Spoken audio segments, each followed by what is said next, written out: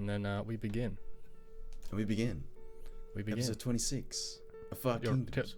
26? Yeah, 26. Yeah, 26. Yeah, okay, 26. 26. Yeah, you're right. Damn. We had some really fun stuff happen last session. I think the main thing was we introduced a new player, AK, otherwise known as Aiden. And we did a few things, we explored a few places. And before we get into the recap, let's do the number first, or the ranking first. What did you think of this session, Kevin? It was pretty good. It was shorter, much shorter. It felt short, and it was shorter. It wasn't shorter. I was counting. This was around 3 hours. 3 hours. That's very short. It's relatively short compared to any other session we had. But okay, so here's what I do. I'm doing DMing, right? I'm doing DMing. I look at the time, I'm like, oh, it's still pretty early. I'm like, okay. I'm looking, I'm doing. And then I see somebody yawn, and I'm like, oh, wait, okay. And then I see another person yawn, I'm like, alright, that's it. Everyone's getting tired, it's time to call it. Is that fair? Well, yawning is not a good indication unless, like... Oh, I guess it is, and it isn't. But sometimes I'm yawning a lot, but I'm not tired. Like, sometimes in the morning or in the afternoons. I don't know. It's in certain situations where I shouldn't be yawning, I am. And I'm, like, holding it back because I don't want to seem rude, or I don't want to think that people think that I'm tired. So, like, maybe instead of using yawning, you just ask, like, how's everyone feeling? Do you want to keep going, or do you want to call it here? I mean, technically I did do that, where I'm like, hey, we can still keep going, but everyone seems pretty tired. Yeah, and okay. there was a bit of agreement, and there was some bit of a disagreement, but I think the overall vibe of those people were getting pretty tired. I don't really blame them. It's Friday night. It's like 10:30 p.m. People have come back from work, and now they have to sit through 3 hours of D&D. I don't know. Maybe it's people getting old, them old bones. Yeah, well, it's too bad. Oh, it's too bad. That's too bad for them. Yeah, they gotta play. You're gonna force them to play. If they get tired, they lose health. The characters lose health. That'd be messed up. If you wanted to be super strict, yeah. The tyrant disadvantage DM. every time you you yawn. It's opposite and of inspiration. And you lose 5 HP, and it stacks. So if you yawn like 3 times in a row, that's like minus 15 HP and disadvantage for the next 3 rolls. Jeez. Or you get triple disadvantage for 1 roll. That's so messed up. Like, no, I didn't yawn. Please, I was just covering my mouth. And don't do it. Don't beat me. Yeah, because at the start of that session, I was actually yawning a lot. I was trying not to, but I was for some reason. And I wasn't tired at all. And by the time you said, okay, let's call it here, I was still ready. I was still rearing to go. You were rearing to go. Do you think it was because of the last plot point I said, or was it just the overall atmosphere? The last plot point? You mean like the whole Dawnhelm Gith vs. Drow thing, or what? The whole dream sequence bit. Dream, not really dream. Oh, that. I guess not, since you don't remember it at all. That hurts. So. I don't think so. Fair enough. Okay. So pretty good, but pretty short. That's my middle name.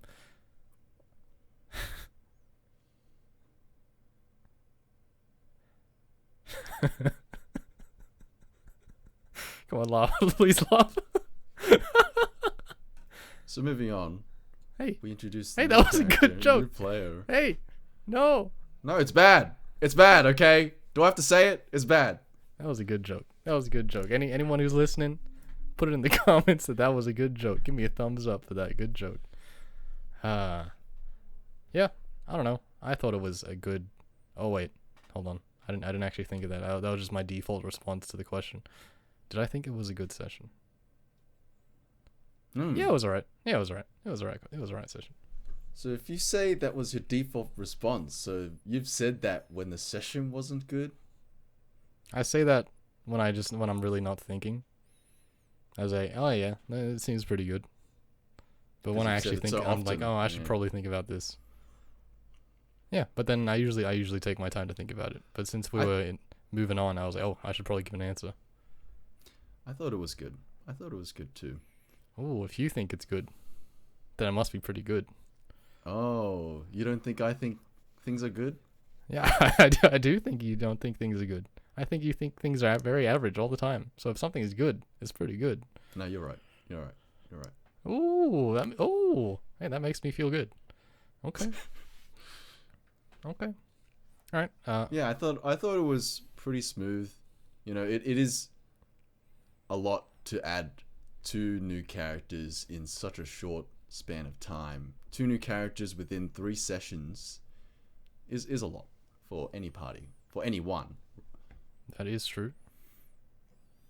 I mean, thankfully, Ravenar's fit in quite well, I would say. And I don't think Kenji's will be too far behind. Yeah, well, we don't really know much about Kenji yet. Although, I do appreciate that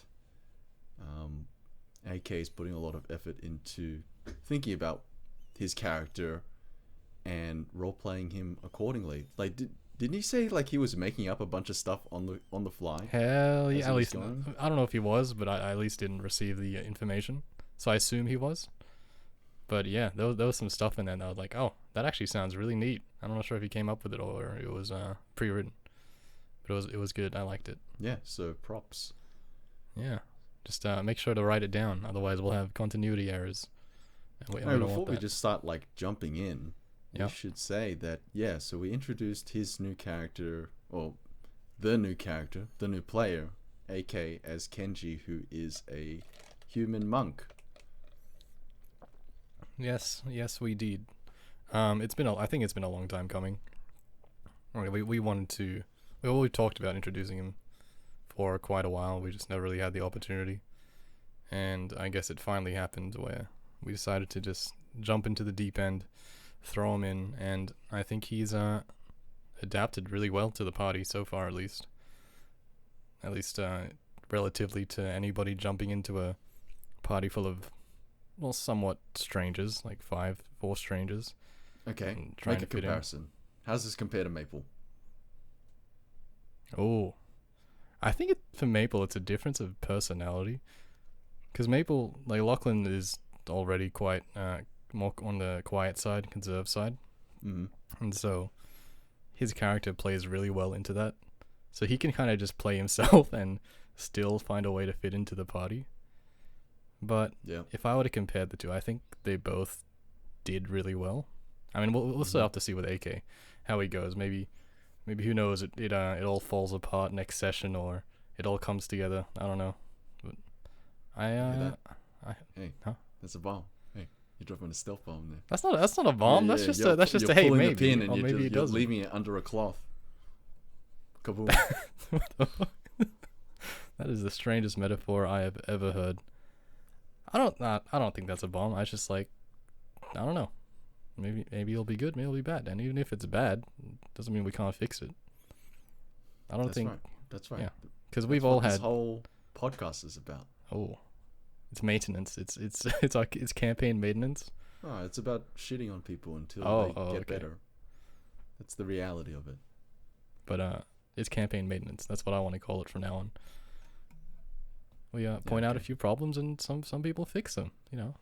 Speaking of fixing problems, okay, I did notice that that you were doing really well with your avoiding kind of. Huh? Like you only did it only a couple times. I was really impressed. I thought you were coming on to this podcast to talk more shit about it. But most times I do, and I've always got some firepower up in the back. But I wanted to point out that, hey, I noticed you're making an effort, and it's good. I was able to listen to what you were saying. Who is this? It was clear. Who am I talking to? You saying the session was good? You saying that the kind ofs are going? Yeah. Who is this? Who is this? This ain't Devil Kevin. This is Angel Kevin. You know what? We should do a podcast once a month where it's we only say good things. You know. Oh. Let's call it. Let's agree. Let's agree. Let's agree. And it can be about anything. Hey, I think that so and so is pretty good for this reason. And then you say, I agree. I agree. And there's no buts or ifs. It's just I agree. And if you can't think of anything to compliment them on RP or D&D at all, you just compliment the person themselves. Like, yeah, they looked really good that session. Like, he had a nice haircut. Like, he looked fresh. Nice hair. Yeah, and his jacket was really warm and really good at keeping him warm. Because he looked like he was the comfiest man alive. Yeah, I thought you did a good job on that, and yeah, it's a lot better than last session, and last session was a lot better than the session before that. So yeah, you're definitely improving. Honestly, I honestly thought you were gonna come on here and say, "Hey, I heard like 7 kind ofs," because I did say kind of. I feel like I said kind of more. I did hear it here and there, but I let it go because you're still working on it. You're still a work in progress. The secret is that I took into account your criticism, right? And then from last podcast, I took into account Lewis's criticism. So even if I say kind of, I'm just like I don't even think about it. No, I think about it, but I don't point it out. So people who aren't paying attention, they're just gonna forget about it. Mm-hmm. So every time I said kind of, I'm like, these guys didn't notice. Apparently some of you did, but I do notice, but I never ever go out of my way to point it out because. And I thank you for that. Because like Lewis says, if if he got annoyed that you were trying to like correct yourself, you'd think how annoyed he would be, and anyone else would be if you had some asshole saying, "Hey, you said kind of. Hey, you said kind of. You said kind of." Hey, he did it. He did the thing, guys. Hey, Get him. You. Beat him up. Hey, he's saying that word that he can't. He's saying that when he can't think of anything else. Get him. We talked about it on the podcast where no one else listens to, so I'm the only one who notices. But yeah, get him. I have definitely taken into account that the word, and I've definitely slowed down a lot more, at least in my descriptions. Yeah. Because I notice that I am rather excited. I get rather giddy about describing things. Like, for example, at some point I was describing this new city that the players are eventually gonna venture into. And I was just going off I was just going off memory, and I had this whole pre-written script right next to me that I just completely disregarded for like the first 30 seconds, and I was like, wait a second. A lot. I do. You always write stuff and then you like start describing it, and then you say, "Oh, I should read off what I wrote. I should do that." Ha ha ha. Yeah, it's the same. It goes the same way every single time. It's like, I should probably read what I actually wrote, what I actually intended to say, because usually I try to get the point across, and most of the time it's pretty good. But if I really want something to kind of hit, I want something to hit like real hard, or I want something that people are gonna remember, at least for the next session or two. I do a little bit of a pre-written script. Like, for example, the first 5 minutes of this session, or 5 maybe 10 minutes, there was already like paragraph or 2 paragraphs of what I kind of expected to happen, so I could just kind of pull information from that and inject it into the descriptions. I guess we'll talk about it when we get to it. Anything else we want to go into before we jump in? I don't even know how we got here. We're talking of kind of, and then you were talking about how you're writing stuff. But let's jump in. Yeah. Okay, what happened? Tell me. Let me know. So, we're in that big room where the Githyanki stabbed the dwarf. And the Githyanki turns to us, and I believe somebody tries to talk to the Githyanki, but Ravana. all we get back... Yeah, Ravana. Ravana tries to talk to the Githyanki, and all we get back is these guttural sounds of their own language, so we can't understand a word that they say. But then all of a sudden, we start seeing some sort of blurry shadow come out from the darkness. And the Githyanki all get scared, and they start running away. And we as the party, we all get this fear inside us, and my demon sword tingles, and everyone else gets this feeling that they need to run away. And at first, Snow said, "Let's stay. This thing probably ain't shit." But damn, it goes you're off. a brave man. it goes off and starts chasing the Gith and freezes one with the point of its finger. And at that point, we were like, okay, let's get out of here. Let's haul out. We don't know what we're getting into. And I think during that time, Tokul or Ravana revives the dwarf with one of Tokul's diamonds. And I think at this point we kind of get into like, well, how many diamonds do we really have? And Tokul didn't really know. He just said, "Here's a diamond." It's like 5 or 6, you know. Just assumed that it was worth 300 GP. So hey, Tokul, here's a little bomb for you, which I already told you yesterday. Keep track of your diamonds, okay? Keep track of your diamonds. Yeah, I actually have to agree with Kevin on this one. Stuff like that is rather important to keep track of. I agree. Yeah, that's probably that. Imagine if that's even worse than the forgetting to prepare Revivify. Is it? I don't know. I mean, like, we're in a situation, somebody dies, and then you realize, oh, wait, I don't have enough diamonds. I just assumed that 2 diamonds would be enough. Yeah. I didn't weigh my diamonds this morning. They don't actually add up to 300 GP. Sorry, guys. And I don't think that we even know, like, how many diamonds we really have at this point. So we're going to have to put a number on that. Yeah. My very faint memory says that he bought like six worth of 300. So I want to say he has around 5 Revivifies under his pocket. Enough Matt. For 5. 5 Revivifies. So write that down. Write down 5. Yeah, write it down. Make sure you know. Yeah, that encounter. First of all, Gith. There's no description as to how Gith are supposed to sound, or how they're. Actually, no. There's just no description of how they're supposed to sound. So I was like, I don't know. These yellow dudes. They look kind of oily, kind of guttural, kind of barky. The words are very like a lot of X's, a lot of Z's and Y's. So it's very insecty, very hard consonants. So I was like, we'll just go with like weed alien type beat thing. I'm not sure if you guys caught on to it, but I was trying to give off the vibe that they are more well organized than most things you've fought before. They have a sort of system or a platoon squadron system. Like there was a leader and he was giving orders and stuff, and people weren't just charging at you recklessly kind of deal. I'm not sure if you guys picked up on that. Yeah, they seem a lot more, I don't want to say civilized, but yeah, a lot more organized, and they had a sense of intelligence about them. And then later on, you tell us that, there's a whole society of these guys down here along with another group, which we'll get to. So I think you conveyed that pretty well.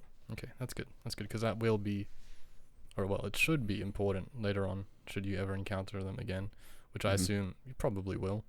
I don't know, if something crazy happens, maybe not. Maybe you just wish all your problems away. I hope so, because you and Lachlan keep saying, the Gith Yankee are so cool. They're so cool. The backstory is pretty cool. They are interdimensional raiders who fucking. Well, hey, I want to learn through gameplay. Hey, I don't want to learn through the podcast. I want to learn through gameplay. Oh shit. Okay, I'm sorry. Yeah. Okay. I feel as if I did a disservice to the Nightwalker when I didn't describe how actually big it was. I said giant, but it wasn't until I sent in a picture where everyone was like, "Oh shit, that thing is large. Like that thing is large and in charge." Would you agree with that? Well, it's just the thing with perception and people's image in the mind of what large is, because to a lot of people what large is 7 foot, and that's already pretty large. That's Tokul, Tokul's 7 foot and he's a big boy. So when you say large, maybe he's just a bit bigger than Tokul. So yeah, you gotta lay out just how big he is with definitive measurements. I think in that case, so it was like 30 foot or something. It was huge. I think around 30 foot. It's a big ass thing. And do you think the way I described it was intimidating enough? Apparently not, because you stood your ground, but still, I'll ask it anyway.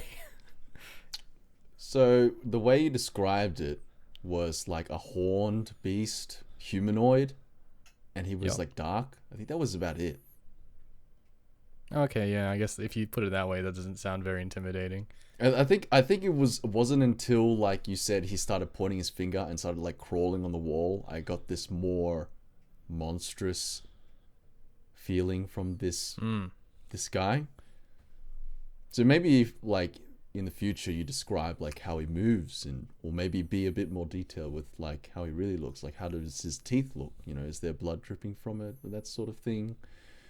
Fair enough. So fair yeah, enough. because I think movement is important because that really tells you, or like how he's standing, like what's his posture, you know, how does he walk, how does he Ooh, run, That's a good point. Yeah. that sort of thing. Because if he's just walking like a human, then you know that kind of gives off that maybe he's gonna say something to us. You know, he's got some intelligence. Because that's what people assume when you say humanoid, so they just walk like a person. So that's just true. gives off all these implications that they are all these other things, you know, intelligent and that sort of thing.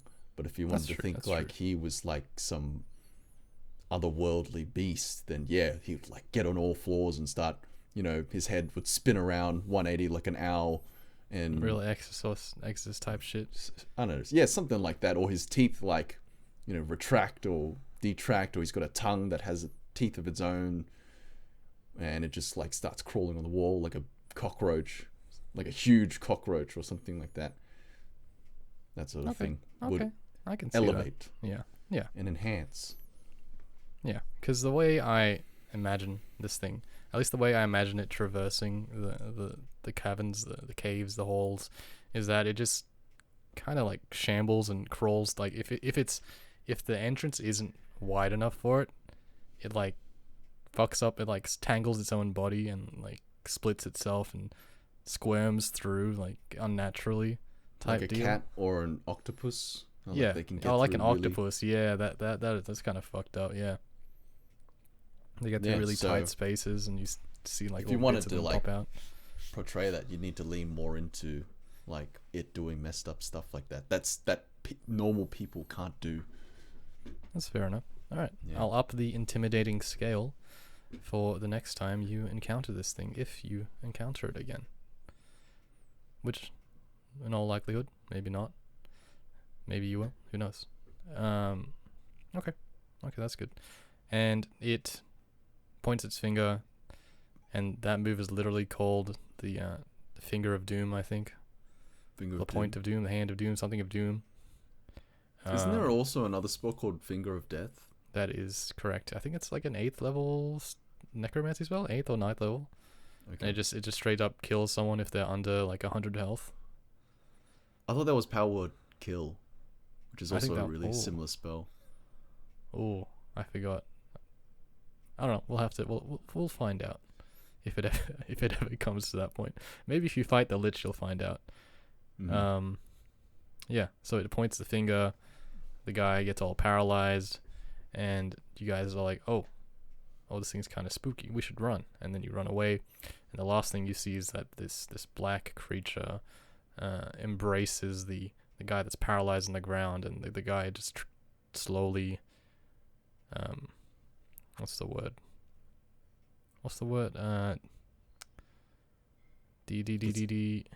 Degenerates, devours. It's more like what do you call it when you age really rapidly? Decomposes. He decomposes. When you like rot. Okay. Yeah, he rots into this disgusting ash black mess type deal.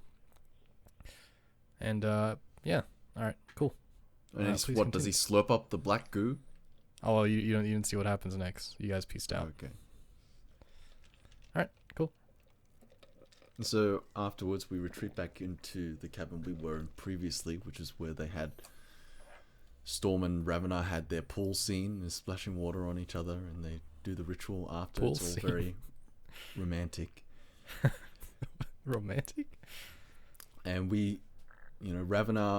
Storm gets Geyser from Toggle, and he starts just like drowning this guy. Literally, he says Geyser like 7 times, so that's like what, a pool's worth of water. It's a lot of water. Yeah. So yeah, so Storm, watch out, watch out. You could have killed the guy. And do you miss the magical kind of mundane items that have really weird niche specific uses? Would you like more of that, or is that just old school news to you these days? it's kind of old school. I mean, what you did before, there was that. You remember that rock? Where it was just like, this is a gravity detection rock. You know, you throw it, it detects gravity. Yeah. And in essence, it was just a rock. I mean, that one was a joke, yeah. Or was it? Who knows? Yeah, I mean, Geyser has always been useful. Extendo, not so much. And we still have Extendo. Yeah, like...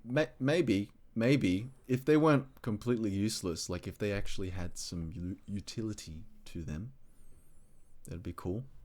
Like stuff, if you recall, Tokel's Ring of the Gentleman, which gives him a literal beard for some reason. Yeah, or his billowing cape. The Cape of Billowing. Oh, I love that thing so much. Too bad that thing's... Is it gone, or did someone still have that? I don't know. Did those guys destroy it or not? I think they took everything from Tokel, so I assume they took that. There's just like a band of Dragonborn with like a beard and one that just has an ever flapping cape. Yeah, they used to be Tokel, but now no longer. Man, yeah. I actually really enjoyed that item. Matt really liked those things. I can't really agree. Not that I hated them, but they didn't add to my enjoyment. Okay. So other players, if you want more of those, if you want to see more of those useless magical items, hit us up in the comments. Like, comment, subscribe, please. Well, be careful what you wish for. You might just get a bunch more rocks. Yeah, like you're gonna get into the treasury, and it's just gonna be a bunch of Rings of the Gentleman and a bunch of billowing capes, and that's gonna be your only reward for this whole thing. That'll be fun. Tokel will be swimming in that. I'm sure you could fashion together all the capes of billowing and attach it to like a ship, and you just have this infinitely flying ship. I don't know. That's something the players would come up with. That's some crazy shit. Anyway, yeah, I honestly, I'm similar to you, where I personally don't see the value of adding too many of those items. They just seem kind of like gimmicks. Yeah. But I do realize that some players really enjoy that stuff. Yeah. And my number one priority is obviously the enjoyment of the party. So I see the podcast is really good to keep in synergy, keep in contact, you know, have interests align. So yeah. If no one says anything, they probably won't show up again. If someone says anything, they'll probably show up again. Well, here's your chance. If you really do listen, show your loyalty. Show your loyalty. Jeez. I wouldn't call the Ravenar Storm thing romantic. No, that was a joke. Sorry, I was messing around. Yeah, I got the joke. It just wasn't funny. Yeah. Yeah. You want to play these games? I'll let you play those games. Yeah, it's just... Do you think there was too much fucking around this session? Or is that just par for the course? Well, basically, let's speed up the recap a little bit so we can get around to the bit where this is relevant. So, basically, the dwarf wakes up. I think Eliwick translates the tablet, which says something on the lines of this guy called Magnir, or the tablet should go to this guy called Magnir Keendelver, who was at the Citadel. And there's a lot of back and forth between Eliwick and the dwarf because she can't really speak Dwarven, but she can read and write it.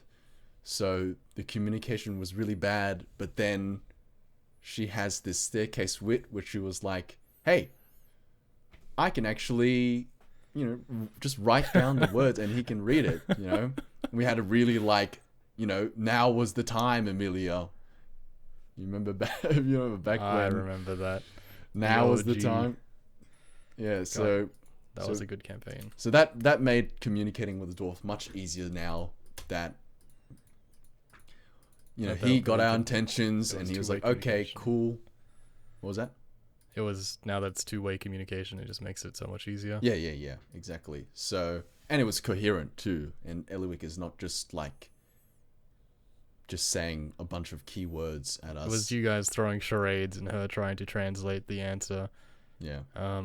Yeah, honestly, I didn't realize she could just write as well until I thought of it. I was surprised no one else thought of it until then. But yeah, please continue. But yeah, poor form on Eliwick for only learning how to read and write and not speak. You know, if you're studying the dwarves, you know, sooner or later, like, they're not extinct, right? It's not an ancient bygone civilization. They're still there in pockets, right? Yeah. And if she's so keen on this Oathbreaker, you know, hey, get your mind out of the gutter and into the books. More books. She's like the equivalent of a weeb, like a dwarven. No, not my problem. Not my problem. She should know how to speak. Weeb. All she does is consume like old school, like dwarven shit, but she can't actually understand the dwarven language. Oh, so she's like she's a weeb. She's a fucking fraud then. Like she has no she's place. Not a fraud. She just doesn't care about talking to them. She just wants to understand the so she's technology. Like she wants to be a dwarf. She likes the idea. She likes the idea of being a dwarf, but not actually like doing the work or knowing the things that dwarves really do or know. Yeah, she wants to move into a dwarf place, but then she realizes that all dwarfs are overworked and they don't have time to have kids. And yeah, like all dwarves don't drink alcohol or smith all day or mine for pretty gems, you know. They have problems as well, you know. Yeah, they are the mushrooms have gone sour. You know, you can't come back after you leave the cave. You gotta look after your dwarf babbies. There's a gang war, you know. You have the Gith, the G's, and the Drow, the D's, you know, and they're fucking up shit. And then you have the big Nightcrawler. That's his name? Nightwalker. And he's just going around. He's just a big thug as well. So many thorns in these dwarves' very shortened sides. And damn. She has no idea. You have no idea, Eliwick. No idea. Yeah, she only sees dwarves for the things the good parts. Yeah, and that's like she refuses to accept the rest of them. She objectifies dwarves. That's what she's doing. Eliwick for worst character 2021. So yeah, I hope this is a wake up call. Like, hashtag, hey, are you really serious? Are you really serious about what you're doing? She doesn't know what she's talking about. If not, then you can do something else. But if you are, then you gotta tough it up. Fuck that bitch. Damn, Lachlan's gonna have a heyday on this one. A Maple will. No, Maple. You just don't. You shouldn't have been listening to that. Not like you do anyway, but you shouldn't have been listening to that. Oh, damn. Okay. Hey, that's just another bomb. You know. You see, it's not all positive. All he does is listen. Every time we ask him, he's like, "Yeah, I listen all the time." Honestly, this is a bit off topic, but last night when he said he genuinely enjoyed the podcast and gave us reasons why, I was like, hey, this is really nice. This is making my heart feel things. Thank you. So thank you, Lachlan, for my heart is hardened showing and support. Cold like stone. Don't think your crocodile tears will work on me like they do on Albert. Okay, I can see through you. I can see through you. He's a true fan. I can see through all of you. He's a true fan. Okay, but yeah, no, it's good. It's good. And actually, last podcast, my friend was telling me, and my friend who DMs his own games and plays in a lot of other ones, he said that actually he's listened to a couple of episodes. Huh? Yeah. You know that guy who entered the chat and the server? And everyone was like, oh, this is a new guy. This is a random. Who's this guy? Real deal, and I said, oh, he's my friend. And I wasn't expecting him to listen to any of them because he said he was busy. So I was like, fair enough. He joined the server, whatever. But then he told me last week that, hey, I do listen to an episode here and there. And he, in fact, listened to the last 2 episodes. And I asked him, okay, well, how's the listening experience without any of the context? And he said that, well, in his perspective, he listens to, like, Talks Machina and, like, watches the recap from time to time, but he doesn't actually watch the actual show. So it's a bit like that, right? Oh. And he says that it's not that incoherent, but there are some things that are hard to understand just because, you know, the way we talk about them, we talk like, you know, we assume that sometimes we we just don't we give both know context. what we're talking about. Yeah. You know, there's like Yeah. a wider context that we don't need to mention. So yeah, there are occasionally some other listeners outside the party, and I don't know. Matt was saying that his friend from work listened to the episode. Is this it? Is this the time where we I explode doubt into it. popularity? I don't know if million Matt's subscribers? friend listens to the podcast. You know, maybe it's just kind of that like fake enthusiasm. You know, just to like put up airs. You know what I mean? Oh, you No, really that's- dropping bombs. We don't even know that guy. That's Damn. just my, that's just my glass half empty attitude to everything. But Fair enough. that's why you're here, right? You've got the Huh? optimism, right? Nah, fuck that guy. Yeah. Kill him. No, Kill that's him. fucked up. That's fucked up. He probably does listen, or at least he maybe gave us a shot. And maybe we're just not his cup of tea, and that's okay. Well, Matt, if you ever see him again, ask him, grill him. Yeah, fuck him up. Yeah. Yeah. But Oh. also, what I think might have attributed, because I think last episode actually did quite a bit better than the ones we've done recently, and I think that know. might have been before because Lewis was on the podcast last week, Oh, and yeah. he gave us some pointers on what to Some do, advice, yes. and that might have had something to do with it. Maybe. I also went back a few times just to hear the ending sequence. Not gonna lie. I did listen to it a couple times. Yeah. So maybe it was just us two listening to ourselves. Just us. I did like, listen ooh. to it all the way through because that was a Really? podcast that I enjoyed. And yes, the ending was good. It was. If a I really do say good so ending. myself. This just came out while you were talking. We should probably do a somewhat detailed recap of the journey so far, just for AK, just so he knows what the party's been through. He has Right now? a general idea. Right now? In this podcast? Maybe at the end if we have time, or we What can do you just mean send at him the it. end? That's going to take like 2 hours at least. Okay, yeah, not this podcast, not this podcast. You said like detailed, right? You realize there's been not like fully 64 sessions, But like, right? you know, the main plot points, you know, like there was Hessel That's going to take like an hour. Yeah, that's Okay, true. let's get we'll- into we'll- it then. No. Let's get into it. We'll do Oh, it. you're scared now. Hey. Yeah, I'm scared. Hey, I'm scared. What do you mean scared. you're not scared? I'm gonna wake up- Well, I'm then, well, if you're not scared, let's do it. I am scared. Oh, there you I am scared. I'm scared. Yeah, I didn't say I'm not yeah, scared. I'm yeah, scared. yeah, I'm yeah. Sure, terrified. sure. I'm terrified. We're gonna finish this podcast. I'm gonna have like a okay. family, 3 At kids. the end, okay. At the end, if we want to like have a slightly We longer can do it at- podcast, we can. Okay, we'll see. We'll see. What was I saying? Yeah, fuck Ellie Wick. She's a fake pretender. She doesn't know what she's actually talking about. She just wormed her way here. She's got ulterior motives.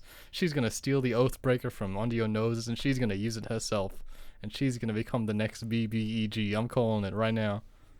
Nah, No? nah. No. Okay. No. It was a good attempt. Okay. Fine. But we start following the dwarf to the citadel, where this Magneer is supposedly located, and he starts Well, he yammering isn't on. in the Citadel. He's outside of the Citadel. He's outside this. What- Okay, he's outside. The thing is that they Citadel. need to go into the Citadel to do the quest. And the citadel refers to the Dawnhelm. So Dawnhelm is the city, and the Citadel is the massive castle that's in the middle of the city, the massive fortress. Okay. Got you. Gotcha. Yeah, and we actually have a long discussion because Tokul brings up like, oh, well, look, because you mentioned to Kenji, the new character, that because we start talking about Sivgis, right? And you mentioned that, oh, by the way, Sivgis basically fucked up everything in your homeland, Kenji. So take that as you will. And Kenji was not happy. So he's like, hey, don't ever say that name around me again, okay? Oh, AK did Otherwise, that really I'll well, get to you. be honest. Yeah. He did that good. I was So like, everyone was like, on him "Oh last minute. no, Sivgis bad." Okay, and I was a bit salty because you turned everyone on Sivgis. All right. You made such a cool simp. dude an asshole. The simp. It's like learning that your favorite celebrity is an asshole. You know what I Yeah, mean? like That's he's what you did. secretly racist or something. Yeah, or he like is just a jerk when you like want to get an autograph from him or something like that. Oh, never meet your heroes. Yeah. That's so, true. well, thanks for that. Thanks for ruining everything. Look, maybe he's a good guy, but he I just mean, you has- don't he has get to do more terrible definitive than things. telling a player who should know the things the way they are, you know? Look, just because a guy fully There's no massacred a whole interpreting continent that. and fucked shit up, maybe he had a good reason to do it. Maybe he's secretly a good guy trying to save the world, but he just had to do terrible things to do it, you know? Maybe you can still simp for him somehow. What, like wreck an entire continent? That's Maybe like maybe major. he had to hit a certain sacrifice amount to stop an invasion, a planar invasion. Maybe he's the sole protector of this plane. Well, hey, if you want to lean into that, please do. You know, please do. Sympathivius. I want to find out definitively, like what's his deal, and then I want to talk to someone else from there and see if that's real. You know, kind of corroborate. Oh, just trying to make anything be real. It's like, no, he can't be racist. He can't. I watched him in the movies. He's a good guy. But actually, can we rewind a bit real quick? Okay, sure. So the introduction to AK. Do you think that went well? Because there was a whole we're not sequence there. rewinding because I haven't gotten up to that part yet. This is before. Because we're talking about how. Oh wait, yes. Okay, No, yeah, I this jumped is- ahead. Sorry, I jumped ahead. Yeah. Eventually, we get to this beach and we find Kenji. And Kenji, yeah. Then we have the discussion about whether we like use the wish scroll to wish away Sivkis. So firstly, Yes. that's when you meet Magnir and Kenji, and so what happens is you guys are stopped on the beach, and Magnir is shouting at you and his. Actually, what do you think of my Scottish accent? It's bad. Fuck, is it that bad? It's like Irish half the time. Most of the time. I can't tell actually. the difference, to be honest. I'm very ignorant about anything that has to do with the UK. Yeah, just I'm like not saying I'm not criticizing you because it's doing accents is hard. So just like watch some videos and maybe watch videos of both so you know the difference. You know. Look, I'm not gonna lie. I did do some research. I did practice the Scottish accent. It's just my worst accent. I just can't do it for some reason. I'm fine with Russian. I'm fine with like shitty like European. I'm fine with Arabian or whatever, or Spanish, but just Scottish, I can't do it. It's like other like a normal English accent, that's fine. Scottish, it just doesn't work for me. I'm just it's just like in my with genes. All accents, like with anything, it just comes with practice, and sooner or later you'll pick it up. No. I mean, if this is going to be a major character, then yes, maybe you should improve that. You should work. I'm saying it's genetically impossible for me to perfect the Scottish Well, that's accent. quitter talk. Are you quitter? Huh? That's quitter talk. It's not quitting if I can't do it in the first place. What do you mean you can't do it in the first place? Anyone can do an accent. You just need to practice it. Anyone can do an accent. Not everybody can do a good accent. Because they don't practice. No, because it's sometimes just genetically impossible. What do you mean it's genetically? Like Aiden can't roll his R's. With practice, he could. Wait, really? I mean, everyone's mouths is the same unless you have some like genetic deformity. No, because right? isn't Aiden's tongue like yeah, glued because to his he's mouth? got a thing, right? He's got a genetic thing with that. I have a thing. I don't know what it is. You have a thing? What's your thing? I don't know. I don't know. Okay. I just can't. You're a liar. There's. I don't You're just making up excuses not to practice, huh? Look, I'll work on it, and if you call it shit again, I'm gonna be disheartened. So next time I ask, just tell me it's good, and I'll be like, yeah, it's good. I'll say it's better. If Ooh. it is better. Okay. All right. Sure. All right. It'll be better. Fine. Look. Oh shit. Okay. Fine. He says that, and Tokul and Kenji embrace.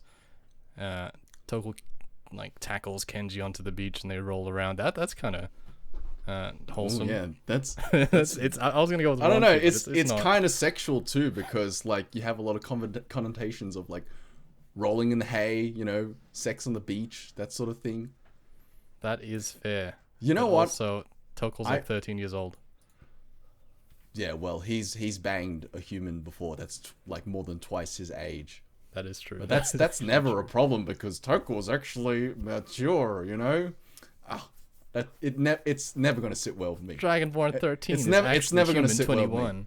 It's never going to sit well with me. It's fine. We just enabled pedophilia. That's all we're doing. Okay. We're not doing this. He is physically mature. That's all we're gonna say. What was I saying? There was a flashback sequence between the two, and it was written off a script, and we read off a script. What did you think about that whole scenario? That was definitely a new thing that's never been done before. I thought that you guys were going to do a more off the cuff role play. Like you had like the outline of what was going to happen, and then Kenji and Tokel would just riff off each other based on what the outline, what the guidelines was. Not like an actual like word for word, play Script thing. Yeah. So it was different. Come on, tell me what you really think. What do you mean? What do you mean? you say it's different. That means that you didn't like it. That's what that means. No. You're putting words in my mouth. I just said it was different. I'm not putting words in your mouth. I'm just translating what's coming out of your mouth. Well, okay. What did you think? I knew it. I liked it. Because, obviously, I'm in agreement with you. If I were to be the one who organized it, I would have also done it more improv-like, where there's a general outline and you just have the characters play themselves. But this is something both AK and Matt worked on together, without any input from me because I was doing something else at the time. Mm-hmm. And I actually think it turned out better than I thought it would, to be honest. And I honestly had a lot of fun doing it. There is a plus to it that it was concise. Like the thing with improv and stuff, it can drag on a little bit. You kind of lose focus and the players forget, don't know what to say next and stuff like that. But it becomes awkward. And there's like a little... In terms of time, it was good. Yeah. Okay. Yeah. I mean, bottom line is I think we all enjoyed it. Or at least, no, yeah, I'm going to say we all enjoyed it. And there's a bit of a peer into what Kenji's character is like, his personality. And it was a bit of a... Look, I have questions about how Tokel, like young Tokel, got surrounded by bandits, being the prince of a fucking kingdom, and he had divine light on him for some reason. But I don't know. I don't want to get into that. I thought it was when he was like running away. Running away from the kingdom. But it turned out that was 2 or 3 years before. No, oh wait. That's what they said. They said it was like 3 years ago. And from what from the present. From what I know of the timeline, we've been adventuring together for maybe, I want to say like a year to a year and a half. I think it's around a year and a half to 2 years. I want to. I guess if it's in the timeline in which Tokel is in the process of getting away from his kingdom, it makes sense. That's probably what they were going for. Yeah, I'm going to give them the benefit yeah. of the doubt, and they probably just didn't know how long. Yeah. Exactly. Okay, that makes sense. Yeah. But again, in the comments to confirm, Oh yeah. If you want to run along with that and save yourself the trouble, I'll let you have that. That's probably what that is probably what they meant. Because when I was reading it, I was like, is this while he was like a kid? But it was only like 2-3 years ago. Why does he sound so much different than? Like he had like a voice change, and he seemed so much more immature. But really, there was a voice change? I didn't notice a voice change. Didn't it? Yeah, it was like a kid's voice, right? No, wasn't Matt doing his kid? No, I thought it was like he was doing the normal Tokel voice. I would have noticed for sure if there was like a kid's voice. He was doing his voice. He wasn't doing. Yeah, maybe he wasn't putting on Tokel, but I've gotten used to him like forgetting to put on the voice all the time. So. I thought he was doing a younger impression of himself, to be honest. But I don't know. Maybe not. Maybe. But I had fun with it. I don't know what Lewis or Aiden thought about it, but hey, get in the comments. Hey, Hey, If you want more of the scripted flashback sequences, get in the comments. Okay. I thought it was a pretty good way to introduce him. Yeah, I mean, always a good way. Better than just having him meet the party just out in the cold like that. Yeah, that's definitely a big part of something I really wanted to avoid. Just straight up, do you know how we introduced Lewis's character? Storm. Yeah, just like He was just he's in the next in the dungeon for some reason playing his fucking lute or whatever. Just no context at all.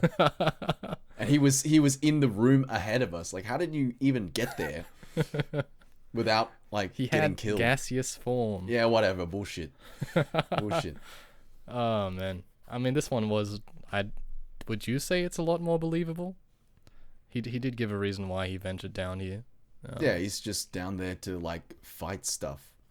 Yeah, He's he down found there to, some like, gift on the find surface. strongest. And It's he very. went down. You know what? When I first read his backstory and then met him as a character, it just reminded me exactly like any old shonen character. I'm fighting to be the best.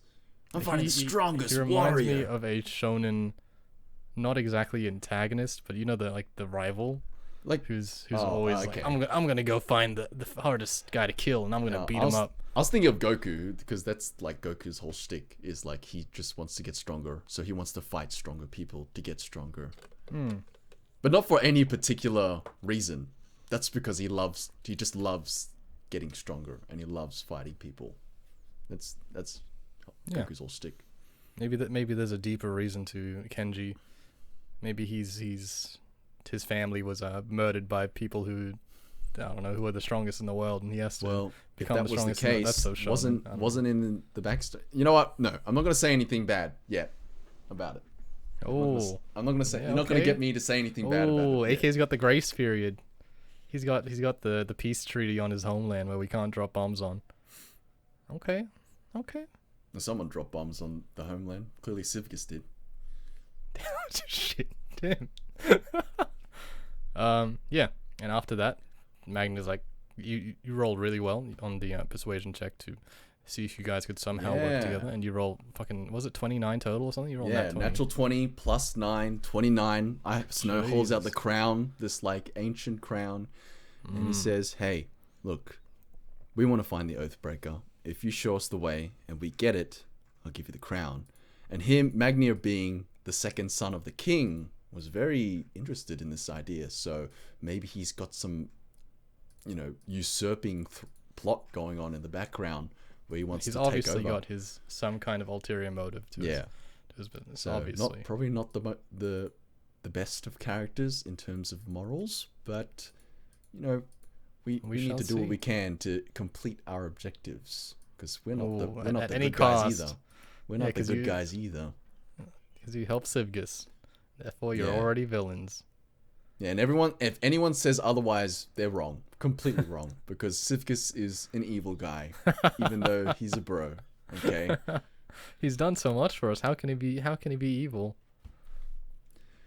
Fair enough. So then he's like, "Okay, sweet, come with me."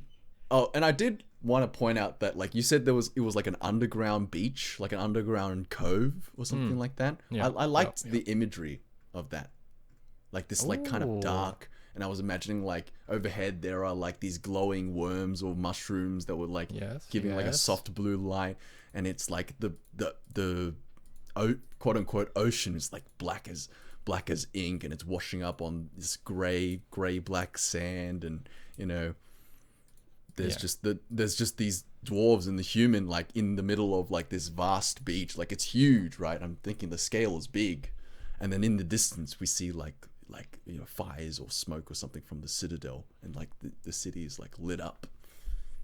That's what I'm thinking. That's pretty much what I wanted to get across, and I'm very happy that's what you thought, because I recall doing a bit of research on. I was doing a lot of research on volcanoes for some reason, and I recall that like in Hawaii and shit, some of the beaches where volcanoes are active, the sand is like black because I don't know, like the magma or some shit, Yeah. and it like washes into the sediment and it's like black and shit. I'm like, I want to steal that because that sounds cool, and I stole it. I'm a fucking thief. And it gives off this like dreamy atmosphere, right? Like, because what I was imagining, because there's a scene at the end, right, where me and Tokul get this vision or dream of the demon in which we inadvertently helped release back at Black Hole Mountain spoke to us. And I was thinking that, like, you know, we're set up on the tents, we set our tents on the beach, and, you know, Snow doesn't sleep, so he just sits outside and he just watches the fire as it flickers out. And I'm just thinking, like, the scene that's being set there, I'm on the black sand on this, you know, vast, endless black ocean that goes into the abyss, like goes as far into the abyss, and, you know, Tokul comes out, and, you know, it's amidst the glow of mushrooms or worms or whatever it is. What is it? Is it mushrooms or worms? It's like algae. It's like algae. So it's more mushroomy. Yeah. Okay. So maybe the water is also glowing because, like, algae's in the water. No, the water's pitch black. The water at least is pitch black. Okay, most of the stuff is stuck to the ceilings, but the water itself is pitch black. Okay. And I liked that like imagining that as we were role playing. Me and Tokul were role playing the scene.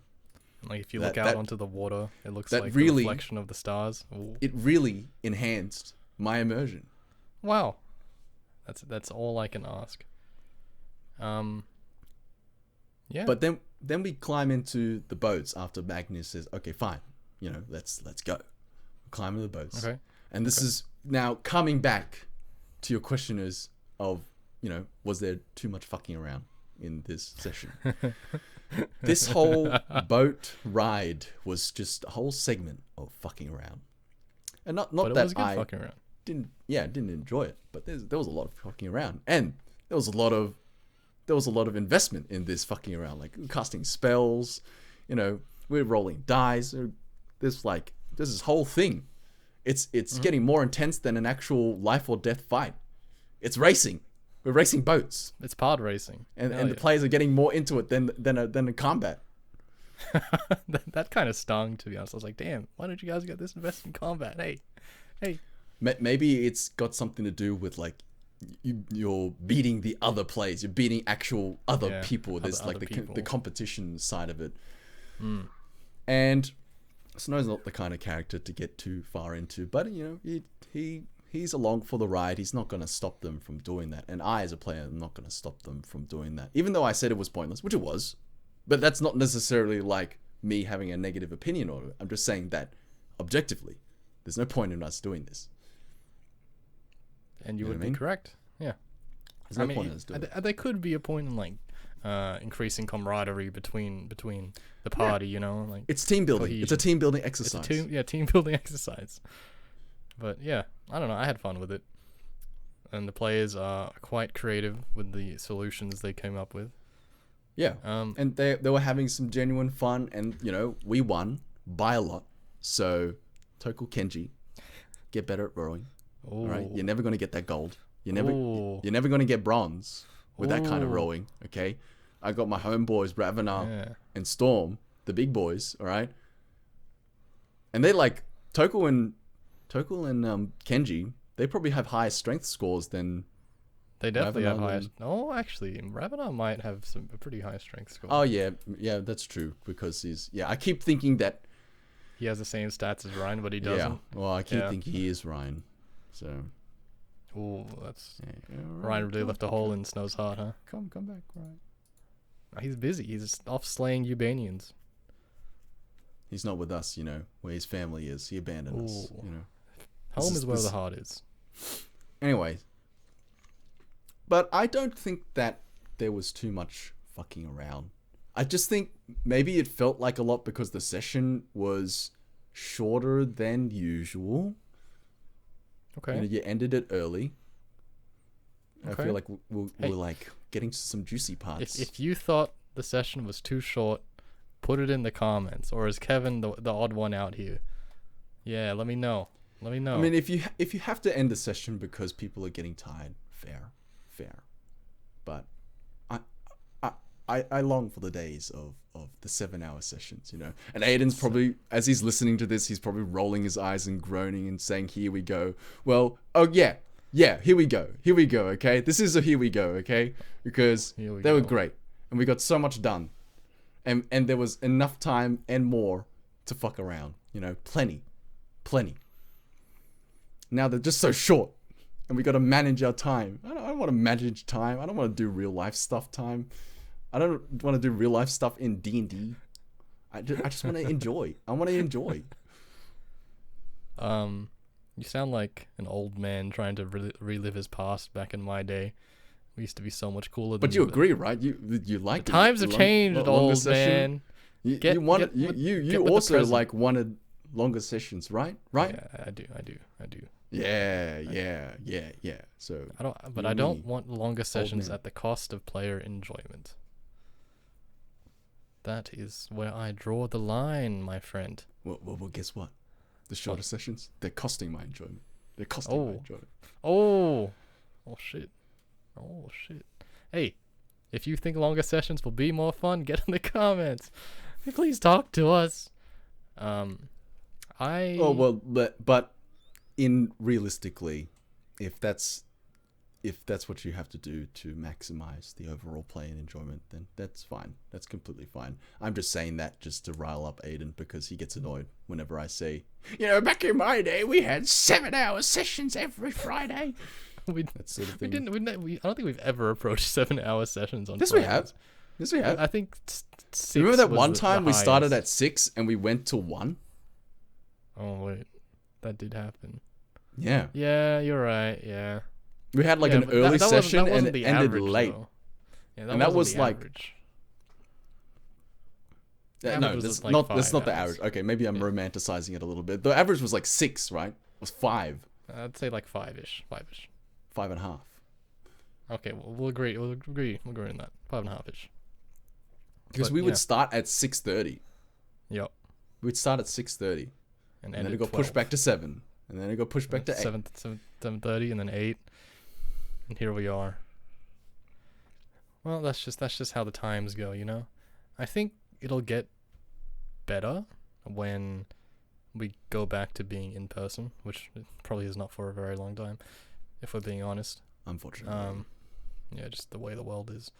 But I think when we're in person, it's a lot easier to engage and it's a lot easier to stay awake.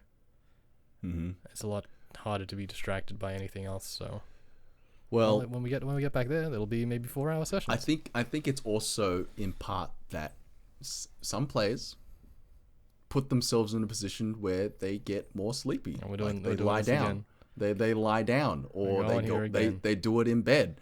Like I remember we had another player who would do their sessions in bed. Remember? And they started to fall asleep because, their body was like, oh, we're in bed now? All right, let's start shutting everything off. So if you want to be more awake, maybe you should set it up at a desk or something where you're sitting upright and you're not... Leave Brittany alone. You're not in an environment... You've already done enough to fall asleep. You said what you had to say. But don't you agree? Point. Don't you agree? It's sort of like a mental thing as well. Like the mindset. If you want to stay in the mindset, then you got to be in an environment that encourages you gotta the fold mindset. Clothes like Kevin. Yeah. I agree.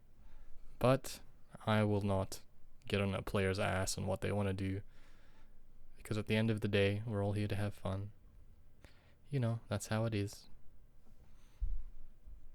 Yeah, but if that player is the reason why we're ending the session early, that is diminishing everyone else's fun, right? Oh, if that goes against your then he wasn't even yawning at the end. We're not talking about Matt. No, I'm not talking about Matt. I'm saying in general. Yeah. Okay. In general. Yeah. In general. Okay. Yeah. That you realize I didn't say names, all right? So don't assume I was saying names. Sure. I mean, that's why in person you can't do that shit. Actually. No, you can't do that shit in person. So, yeah. Whatever, it's okay. That's just how it is. What were we talking about? Right, boat ride. You guys smoke them, and then you go to the overlooking the outcropping that sees over the giant city that is Dornhelm, the abandoned ancient dwarven city of massive stalactites that spawn from the roof, and they're carved into these giant buildings that are interconnected with stone bridges. And there's these two massive, colossal, titanic dwarven statues that hold them up like fucking Atlas from the Greek mythology. Mm-hmm. And there's this giant, massive fucking citadel stalactite that's in the middle, but it's not connected to anything. It's got this giant drawbridge that hasn't been pulled down. It's up, and then Magnus like, "Hey, nobody's ever stepped into there before. All the legends you've heard, they're wrong, because us dwarves were the best, and they the only reason they won the siege is because they starved them out, because that's how sieges actually work in real life." And now our mission is to do what they failed to do. We're gonna get in there. And there's some problems here. There's Gith on this side. Yep. And there's Drow on this side. And there's a bunch of other shit in between. Potentially, and we voted to go on the Drow side because it would potentially be easier to communicate them being elves. And a lot of our party knows Elvish. To the dismay of Storm, who wanted to go G side because he's seen the Gith before, and therefore he's more familiar with the Gith. So under that logic, maybe, but not really. So we're going D side right now. You are agreed to go D side. And we camp, and me and Tokel have a vision, like I've said before, of this entity that we released a long time ago. Mm-hmm. And she says, correct me if I'm wrong, she wants to thank us and reward us with something. Is that right? She wants to reward you for releasing her from her captivity. Yeah. She hasn't said where or when or how she's going to do so, but the implication is that she is somewhere close by. Yeah. So exciting, and I like that you're thinking about things that have repercussions from a long time ago. So That's hey, literally props 2 to years you again. ago. props to you again for remembering that sort of stuff. It makes your world come alive. Yahoo! Yeah. Thank you for that. I always wanted, to be honest, I wanted to have this come back round earlier, but I've never had the opportunity, and now is a good opportunity. So here it is. Indeed. I just wish that the other party member that was there for that could also be here, but he is not. He's never coming back. Okay, don't ever mention his name here again. No, he's coming back, man. He's never coming back. I've asked him multiple times, and he always blows me off. It pisses me off. Taking a break. He's pissing me off. He's gonna come back. Have you ever seen that meme where that there's like a screenshot of a guy crying and he's like, I feel like pure shit. I just want it back. Have you seen that? Have you seen that meme? That? Oh, I gotta show it to you after this. It's like this guy broke up with his girlfriend and he took a picture of himself and posted it online with the caption, feel like pure shit. I just want it back. And that's just like a meme that everyone has run with a long time. I'll show it to you. That's what it's like, right? That's me me right now. He's not coming back. He's not coming back. I know. But in my heart, he's coming back. He's not coming the back. prodigal son will return.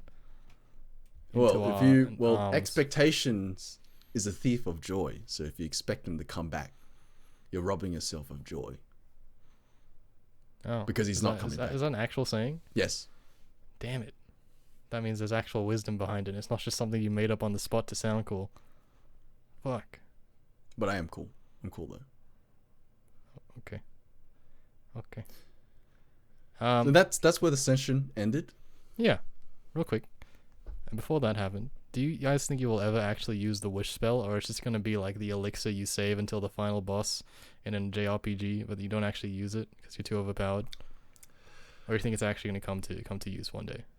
A lot of the times when that happens, where you hoard all these potions in a video game like Skyrim or something like that, all these health potions, and you end up never using them, it's usually because you forget about them.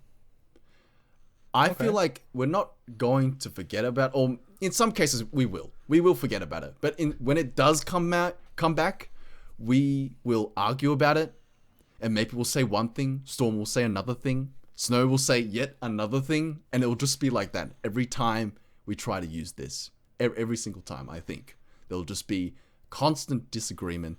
They'll say we gotta save it for when we really need it for something else, not this. Okay, not this thing, but another thing. and it'll be like that constantly over and over until it's the end of the campaign, and we'll remember that we had it and we never used it, and we'll smack ourselves on the head and say, oh, we should have used this for this and this. We should have used it for this and that. And now the campaign's over, yeah. And now it's over, so it's pointless. Many lives. So, no. Yes. No. I mean, yes, probably. Probably it's going to end up like that. Okay. Yeah, that's kind of how I'm seeing it too from the outside perspective. These guys are probably never going to use it. They have analysis paralysis. It's not going to happen. Well, but, I don't think we got your confirmation, but when we were discussing it, I initially said, why don't we just wish that Civicus never existed? And then that made, like, people brought up, oh, well, that would change all these other things, because if he never existed, so-and-so, blah, blah, blah. So it's like, okay, fine. Let's say he stops existing from this point on. And then Maple was like, well, that doesn't mean that he's dead for good, but if, blah, blah, blah. But I said, if he stops existing, then technically his soul stops existing, right? By that logic. Or you could include his phylacteries in the wish. He's gone. He's gone. That's fair. I mean, the only thing I can say as DM to that is that you are able to wish from outside the scope of the rules in which encapsulates. Because it's up to wish. DM discretion to allow what is. And the more ambitious the wish is, the more likely it is to veer off course from what you initially intend. So, like, if you're wishing for, I don't know, BBEG to drop dead, it probably will happen, just not in the way you describe it. Like I believe one of the examples they give in the spell itself, or in the manual, is that if you wish for the BBEG to die, it literally just transports the user into the future, where the BBEG is just, like, dead of old age or some shit.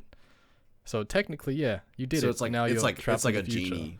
It's like a genie type situation. You got to, like, word it meticulously. Yeah, I think in the outside scope scenarios, it is the genie type, where it could really fuck you over, but who knows? It is a gamble. It's always a gamble. But still on the table. Like, one of the things, like, can't you just wish for like 50k worth of gold or some shit? No, it's not even that. It's like 25k, which is shit. Oh, that's nothing. Damn, that's a shit wish. That's like why I sometimes hate, like, D&D spells, because sometimes, like, wishes, like, you could do anything, and they say you could, but they're like, oh, but the limits of it is you can only spawn 25k gold, or you can only spawn a certain number of this. Like, bitch, I should be able to wish whatever I want. And you can. Yeah, sure, it will, like, fuck me over. Consequences. Yeah. Yeah. But there shouldn't be, like, a hard limit, like, you can only spawn a chest of gold. I guess it's like these are the things where it won't fuck you over. But I guess they put that in there for, like, maybe the less imaginative people who don't want to think about, what the limits of the spell is. Man, it's there for them. I hope if someone ever gets to level, like, 18 or whatever, when you unlock 9th level spells, they will be imaginative enough to use it. Jeez. I think we're almost imaginative enough to do it now. I'd say you are.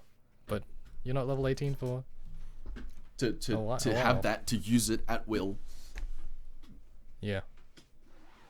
I mean, you could think all of this stuff up, and then Maple just ends up using it and rolls like a nat 1, and it just disappears into nothingness. So yeah, it's gonna be a gamble unless he becomes the prerequisite level. Might as well take a shot, better than not using it at all.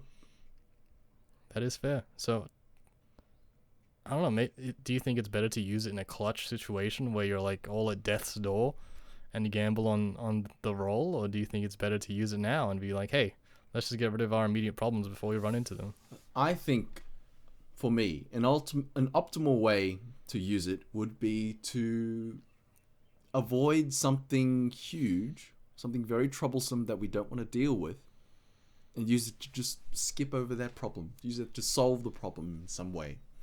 Like, in this dilemma, Civicus is a bad guy, apparently, ravaging a continent. That's what the media says. Supposedly. Yep. So, I try to think up of a solution that would benefit everyone. And usually when you try to please everyone, you please no one. But in this case, That is true. killing or ending Sivgus from this point on, Revenos is safe from Sivgus at least, so Kenji's happy. All our work to get the Oathbreaker is not gone to waste because we can still get it and use it in some other fashion, so we're happy. Yep. And we don't have to fulfill our contract to Sigurfiz and give him this weapon, which he can potentially do a power up and wreak havoc on other places. Potentially, supposedly, allegedly. Yeah, allegedly. According to the fake news. Yeah. In my heart of hearts, I believe that Sivgus is an entity for good. All right. Ooh, Maybe he commits a genocide here or there. But who hasn't made a few mistakes in their lifetime? For the greater good. For the greater good. Okay, he does it for the greater good. That's his tagline, for the greater good. I mean, you heard what Kenji said, right? He said, if I ever meet him, I'll rip his spine out from his back or something. That was intense. Well, he won't meet him. I won't allow it. Oh, I won't allow it. okay. You just be like, oh, you wait outside. I won't allow it because that's gonna screw up everything. Because if we start a fight with Sivgus, then that's TPK. Like, we could die. Most likely. Yes, you probably because might Kenji, die, and even AK even said that Kenji's the type of person who acts very impulsively. Like, he told us that in a tavern, the whole he got a party's voice in reaction? his head that is like, hey, murder everyone in the tavern. And he did it. He's a psycho. He's a psycho. And that's not a bomb. That's a fact. That's a fact. He didn't murder them. He just beat them up. Yeah, but you see, But who does that? Everyone does was like, that? wait a second. You imagine if you're sitting in a restaurant and all of a sudden this huge guy, ripped guy, just starts beating the shit out of everyone. Yeah, you know how The scary voices that would told be. me to. That would be terrifying. You'd be That a would be terrifying. schizophrenic psycho, literally. And I thought you weren't dropping any bombs today. No, that's not a drop. That's not a bomb. Oh, okay, it's a fact. Okay. It's a fact. Dropping a bomb is a criticism. Okay. I'm just saying something that is the way it is. You know. Okay. That's fair not enough. technically a bomb. I can agree with that. But yeah, I'm very interested to see where he takes the character.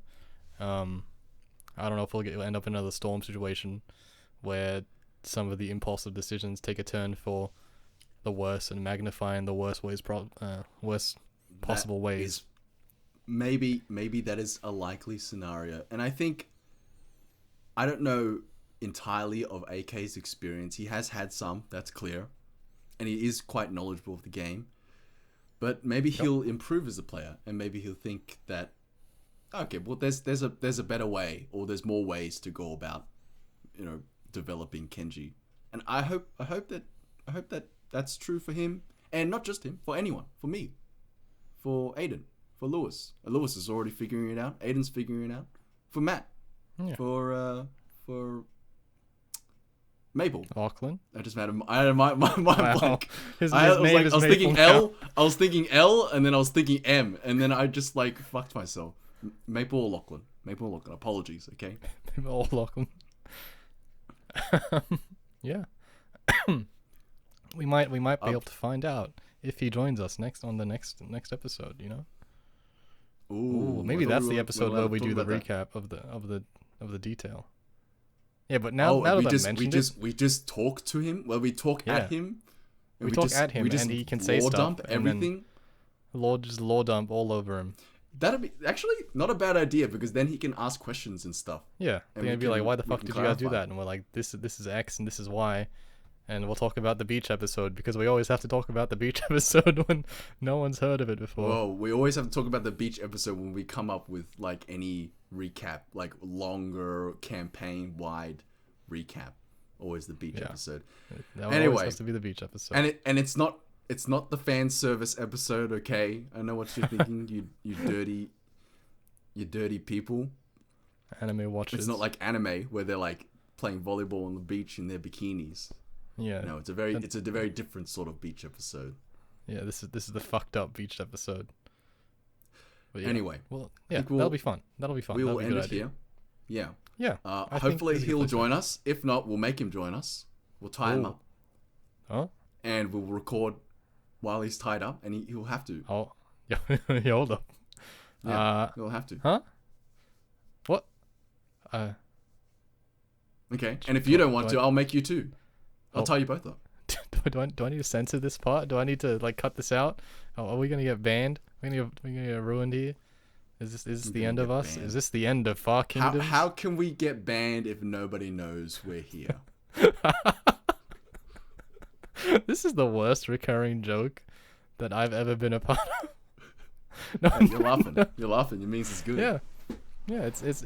I'm not saying it's not funny. I'm just saying it's bad. Yeah. You know what? No one's gonna listen to this anyway. You're right. Episode 26. Far Kingdoms. Yeah. Session 64. 63. I think 63 was last week. No, that's not 63. I just checked. 63. Oh, 63? Really? 63. Really? Yes, sir. Yeah. This is the episode where we met Kenji 63. and Magnir, and now you all know what you need to do in the further quest to get the Oathbreaker, and that's why next session 64 bits. Okay. Oh. We'll see you next week. Yep. Oh, okay. Wait. You Bye, have everybody. something to say? No, it's gone. It's too late. You already cut me off. You already fucked me up. Okay, we still have time. We're still on. No, I'm gonna cut it right now. Okay. All right. You're the boss. Thanks, guys. We'll see you around. No, there's nothing you say right now matters because I already cut it at that point. Editing will prove that. Well, the goodbye wasn't clean. Let's make it clean so you can cut out that maybe that's our stick. Maybe that's our stick, right? Where like we had the ending is just always fucking a chaotic mess. Are you gonna cut all this? This is still content. This is like I'll cut it. I'm crazy. I'll cut it whenever I want. I'll cut it right now. Yeah, I mean, I'm not saying you can't, but I'm just saying let's make it clean so like you can cut it and it'll be nice. No, I'll cut it and it'll be messy. Yeah. Why? Why? What's the point of cutting it if it's gonna be messy anyway? Isn't the point of cutting it making it clean? No, the point of cutting is making it entertaining. And if I cut it at a random point, like in the middle of one of our sentences, wouldn't that be funny? I don't think so. I don't think it'll be that funny. I don't think anyone will notice. They don't really get to the end. You know, they stop listening at this point. You know, secret. Yeah. I added like an Easter egg at the end of one of the podcasts that fuck? I edited, and nobody noticed. Nobody noticed. I'm not saying which one. I hear the song and then I turn it off. Exactly. You're gonna make someone go through 25 episodes. No one listens to this anyway. So, but I'm just saying that I did that and nobody noticed. Oh, you hear that, guys? This is. Are you just trying to pump our views? There's actually no Easter egg. You're just trying to get people to go back and watch the rest of them. You know what? This would be like a scheme that I would try. But I did like it was like 2 months ago. I added an Easter egg to a podcast. That's like 4 sessions. That's like four episodes. I don't think it was exactly 2 months ago, but it was a while ago that I put it in.